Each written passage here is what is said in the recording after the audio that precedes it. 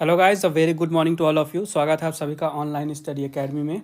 आज डेट है 20 जनवरी 2021 और आज के हम इम्पॉर्टेंट करंट अफेयर्स डिस्कस करेंगे इस वीडियो में। तो आइए शुरू करते हैं।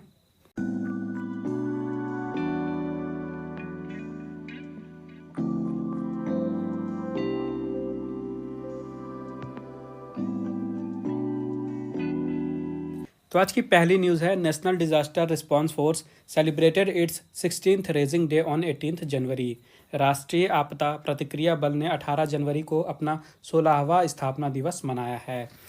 तो जो राष्ट्रीय आपदा प्रतिक्रिया बल है यानी कि NDRF, national disaster response force, इसकी स्थापना की गई थी 19 जनवरी 2006 को और अभी 18 जनवरी को इन्होंने अभी हाल ही में अपना 16वां स्थापना दिवस मनाया है। तो जो एनडीआरएफ है ये एक तरह की फोर्स है जो कि भारत में लोगों की भलाई के लिए काम करती है। जितने भी तरह के नेचुरल डिजास्टर होते हैं उनके मैनेजमेंट का काम यही करती है। उसके अलावा लोगों के बीच में जागरूकता फैलाई जाती है इसके द्वारा कि किस तरह से जो डिज़ास्टर होते हैं उनसे बचा जा सकता है, जो भी डिज़ास्टर रिस्क है उसको किस तरह से कम किया जा सकता है। तो जब से इसकी स्थापना हुई है तब से लेके अभी तक लगभग एनडीआरएफ ने 3100 ऑपरेशन किए हैं भारत में, जिसमें से 1 लाख से भी ज़्यादा जानें बचाई गई हैं और लगभग 6.7 लाख पीपल्स हैं जिनको रेस्क्यू किया गया है एनडीआरएफ के द्वारा।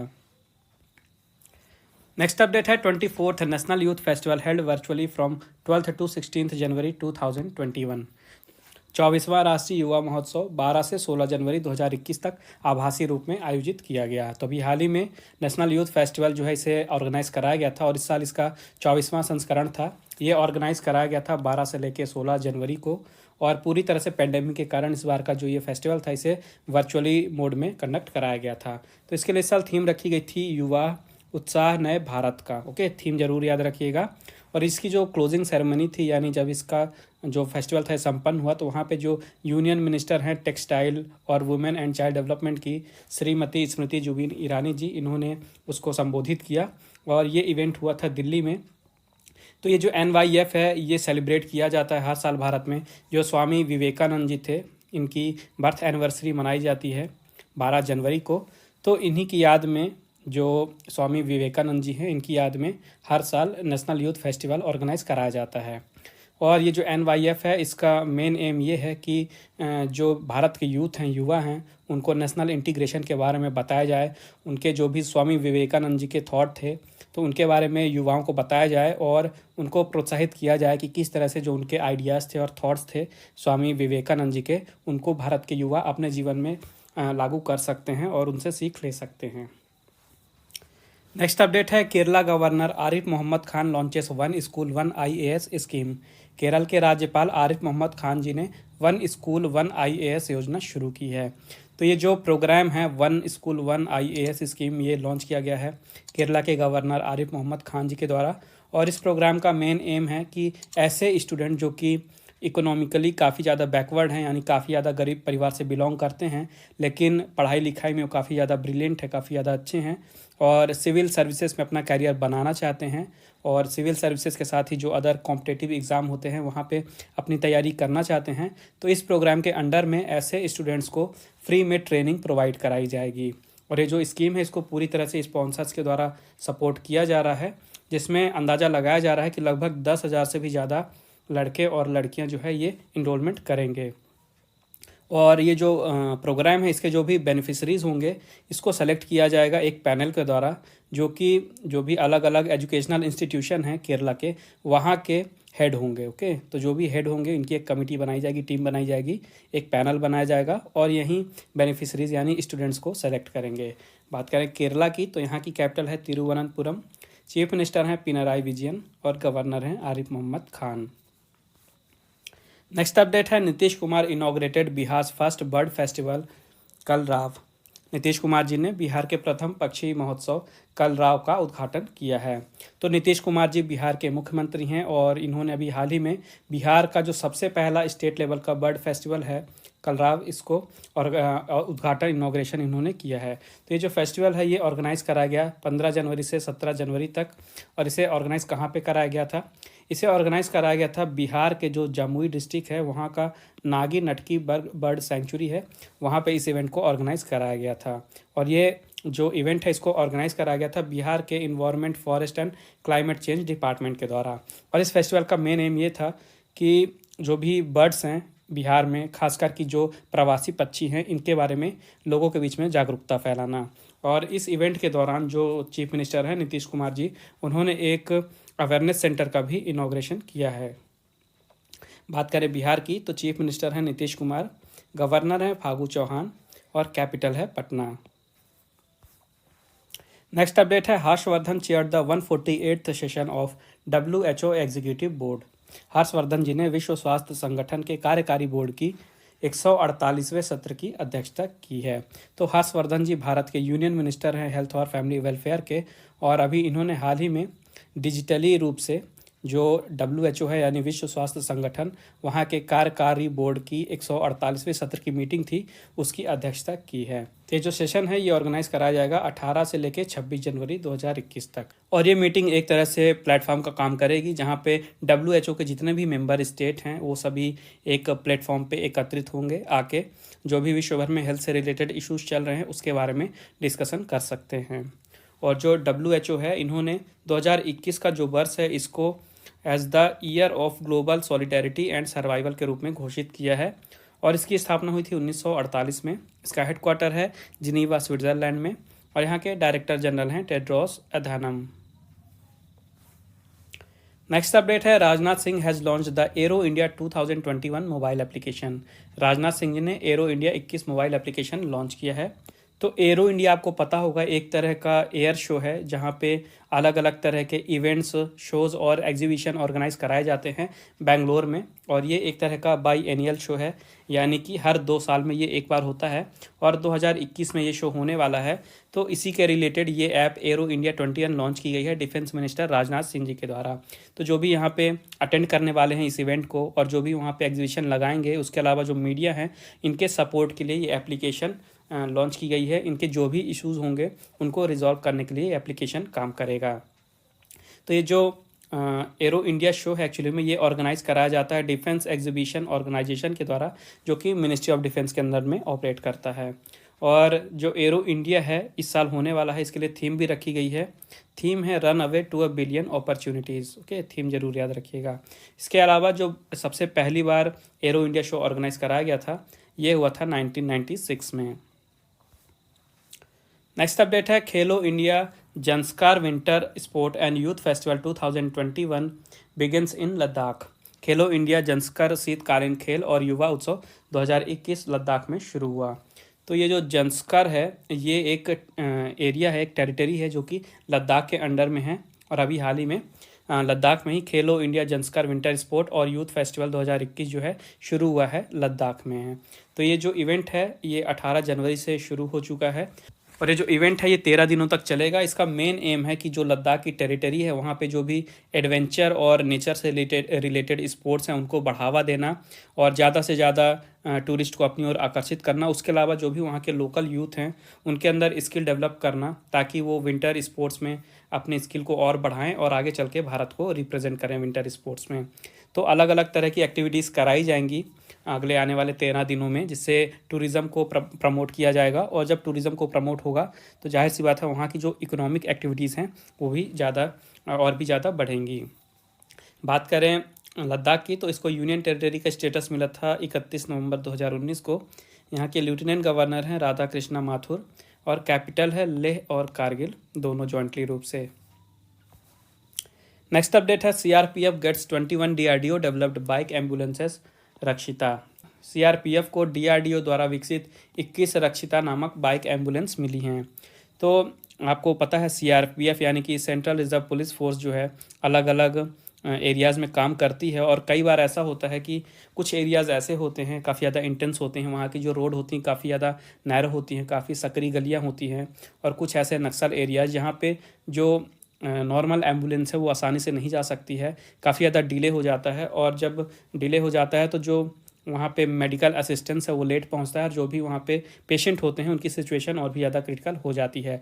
तो इसी चीज़ से निपटने के लिए अभी हाल ही में DRDO यानी कि defence research and development organisation ने जो रॉयल इनफील्ड की 350 सीसी वाली बाइक्स हैं, इनको एम्बुलेंस के रूप में डेवलप किया है। आप ये फ़ोटो में देख सकते हैं। ओके, तो इससे होगा क्या कि ये बाइक में जो एम्बुलेंस है, तो कोई भी अगर ऐसे एरियाज़ है जहाँ की रास्ते काफ़ी ज़्यादा सकरे हैं, यहाँ पे ये आसानी से पहुँच सकती हैं, और जो वहाँ पे मेडिकल असिस्टेंस है उसको जल्द से जल्द पहुँचाया जा सकता है। तो ये जो रक्षिता है, इसका नाम दिया गया है रक्षिता, नाम जरूर याद रखिएगा। इसको डेवलप किया गया है institute of nuclear medicine and allied sciences यानी कि INMAS, जो कि DRDO का ही एक साइंटिफिक रिसर्च बॉडी है। बात करें DRDO की, तो यहाँ के चेयरमैन हैं डॉक्टर G सतीश रेड्डी। इसका हेडक्वार्टर है न्यू दिल्ली में, और इसकी स्थापना हुई थी 1958 में। नेक्स्ट अपडेट है, UK PM Boris Johnson invited prime minister Narendra Modi to attend G7 summit. Boris Johnson ji ने प्रधानमंत्री नरेंद्र मोदी जी को G7 शिखर सम्मेलन में भाग लेने के लिए आमंत्रित किया है। तो जो G7 का समिट है इस साल होने वाला है UK में। ओके, UK में कहाँ पे होगा? कॉर्नवाल में। तो UK के कॉर्नवाल में G7 का समिट होगा इस साल जून में। और अभी हाल ही में जो UK के प्राइम मिनिस्टर हैं बोरिस जॉनसन जी, इन्होंने भारत के प्रधानमंत्री नरेंद्र मोदी जी को इनवाइट किया है G7 समिट अटेंड करने के लिए। और भारत के साथ ही साथ UK ने ऑस्ट्रेलिया और साउथ कोरिया को भी इनवाइट किया है। तो इसके पहले जो G7 था, इसको UK ने प्रपोज किया था कि इसको G7 से हटा के D10 बनाया जाए। तो इसमें जो G7 की मेंबर कंट्रीज़ हैं उनके अलावा भारत, ऑस्ट्रेलिया और साउथ कोरिया को भी शामिल किया जाए, और उसके बाद G7 को चेंज करके D10 बनाया जाए। तो एक्चुअली में जो G7 है इसकी स्थापना हुई थी 1975 में, और इस टाइम पे इसके मेंबर थे USA, Canada, Germany, France, Japan, Italy और UK। लेकिन कुछ ही दिनों बाद रशिया ने इसको ज्वाइन किया था। 1998 में रशिया ने इसको ज्वाइन किया था, तो ये G7 से हट के G8 बन गया था। लेकिन 2014 में रसिया को इस ग्रुप से सस्पेंड कर दिया गया था, तो उसके बाद ये G8 वापस से G7 बन गया था। तो इसकी अभी हाल ही में समिट होने वाली है जून में, तो इसी के लिए बोरिस जॉनसन जी ने इनवाइट किया है प्रधानमंत्री नरेंद्र मोदी जी को। नेक्स्ट अपडेट है, Yoweri Kaguta Museveni has been re elected as president of Uganda.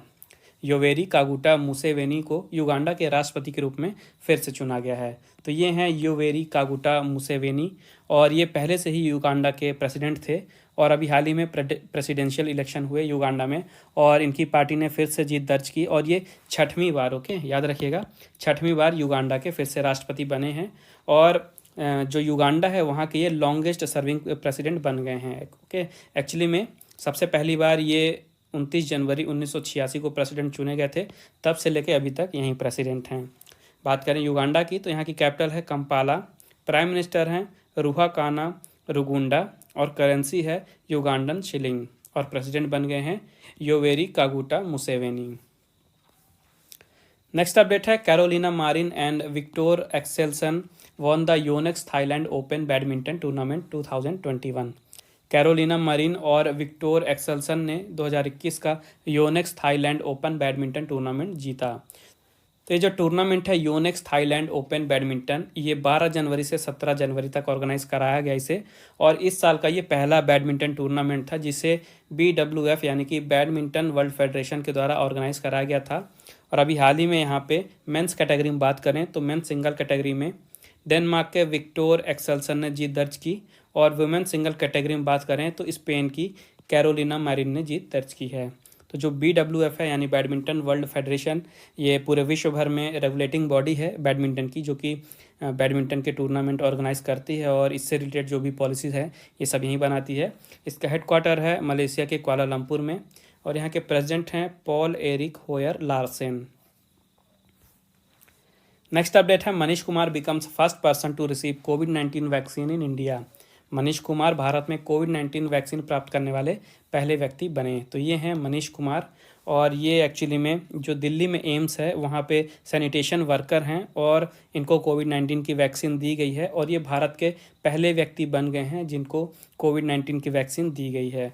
तो 16 जनवरी 2021 को प्रधानमंत्री नरेंद्र मोदी जी ने फ्लैग ऑफ किया था नेशन वाइड वैक्सीनेशन ड्राइव को, और उसके बाद ही इन्हें ये वैक्सीन दी गई है, और ये भारत के पहले पर्सन बन गए हैं। नेक्स्ट अपडेट है, Pramod Sawant has release the book Manohar Parrikar of the record authored bye वमन सुभा प्रभु। प्रमोद सावंत जी ने वामन सुभा प्रभु द्वारा लिखित पुस्तक Manohar Parrikar of the record को जारी किया है। तो प्रमोद सावंत जी गोवा के चीफ मिनिस्टर हैं और उन्होंने अभी हाल ही में ये जो बुक है Manohar Parrikar of the record इसे जारी किया है। और ये जो बुक है इसे लिखा गया है वामन सुभा प्रभु जी के द्वारा। तो इस बुक में ये बताया गया है कि जो गोवा के पूर्व मुख्यमंत्री थे मनोहर पर्रिकर जी के, जिस टाइम पे ये गोवा के मुख्यमंत्री थे, तो वामन सुभा प्रभु जी के द्वारा जो भी उनके साथ समय बिताया गया, जो भी उनकी मेमोरीज थी चीफ मिनिस्टर जी के साथ में, तो उन्हीं मेमोरीज का कलेक्शन है ये बुक। ओके, तो जो मनोहर पर्रिकर जी थे ये गोवा के चीफ मिनिस्टर के रूप में 2017 में चुने गए थे और जब इनकी डेथ हुई थी 2019 में, तो 2017 से 2019 तक यहीं चीफ मिनिस्टर थे गोवा के। और अभी प्रेजेंट में चीफ मिनिस्टर हैं गोवा के प्रमोद सावंत जी। ओके, गोवा की कैपिटल है पणजी और गवर्नर हैं भगत सिंह कोश्यारी, जो कि गोवा के साथ ही साथ महाराष्ट्र के भी गवर्नर हैं। नेक्स्ट अपडेट है Vishwajit Chatterjee conferred Indian personality of the year award at IFFI। Vishwajit Chatterjee ji को IFFI में Indian personality of the year पुरस्कार से सम्मानित किया गया है। तो अभी हाल ही में IFFI यानी कि international film festival of India जो है ये ऑर्गेनाइज कराया गया था गोवा में। वहाँ पे विश्वजीत चटर्जी जी को Indian personality of the year award से सम्मानित किया गया है। तो ये वेटेरन एक्टर भी हैं, डायरेक्टर भी हैं और सिंगर भी हैं। और ये जो अवार्ड है ये दिया किसको जाता है, तो ये अवार्ड ऐसे पर्सनालिटीज़ को दिया जाता है जिन्होंने सिनेमा के क्षेत्र में अपना कंट्रीब्यूशन दिया है। और IFFI से एक और इम्पॉर्टेंट क्वेश्चन मैंने आपको पढ़ाया था कि इस साल के लिए कंट्री इन फोकस के रूप में चुना गया है बांग्लादेश को, तो ये भी याद रखिएगा। और ऑर्गेनाइज कहाँ पे कराया गया है, गोवा में। नेक्स्ट अपडेट है legendary classical musician Ustad Ghulam Mustafa passed away recently. महान शास्त्रीय संगीतकार उस्ताद गुलाम मुस्तफ़ा जी का हाल ही में निधन हो गया। तो ये हैं उस्ताद गुलाम मुस्तफ़ा जी और ये महान शास्त्रीय संगीतकार थे और इनका भी हाल ही में निधन हो गया है। काफ़ी सारी अचीवमेंट्स इन्होंने प्राप्त की थी अपने पूरे लाइफ में। तो 1991 में इनको पद्मश्री से सम्मानित किया गया था। उसके बाद 2006 में इन्हें पद्म विभूषण से सम्मानित किया गया। उसके बाद 2018 में इन्हें पद्म विभूषण से भी सम्मानित किया गया था। इसके अलावा 2003 में इन्हें संगीत नाटक अकेडमी अवार्ड से भी सम्मानित किया गया था और अभी हाल ही में इनका निधन हो गया है। तो ये थे आज के important current affairs. I hope आपको यूज़फुल लगे होंगे। वीडियो पसंद आई है तो प्लीज़ वीडियो को लाइक करें, ज़्यादा से ज़्यादा शेयर करें अपने दोस्तों के साथ और चैनल को सब्सक्राइब जरूर करें। उसके अलावा नोटिफिकेशन आपको मिलती रहे इसलिए मेक श्योर बेल आइकन ज़रूर दबाइएगा। और रिवीजन के लिए अगर आपको PDF या MP3 फाइल चाहिए तो उसकी लिंक मैंने नीचे डिस्क्रिप्शन में दे दी है, आप वहाँ पर विजिट करके फ़ाइल डाउनलोड कर सकते हैं।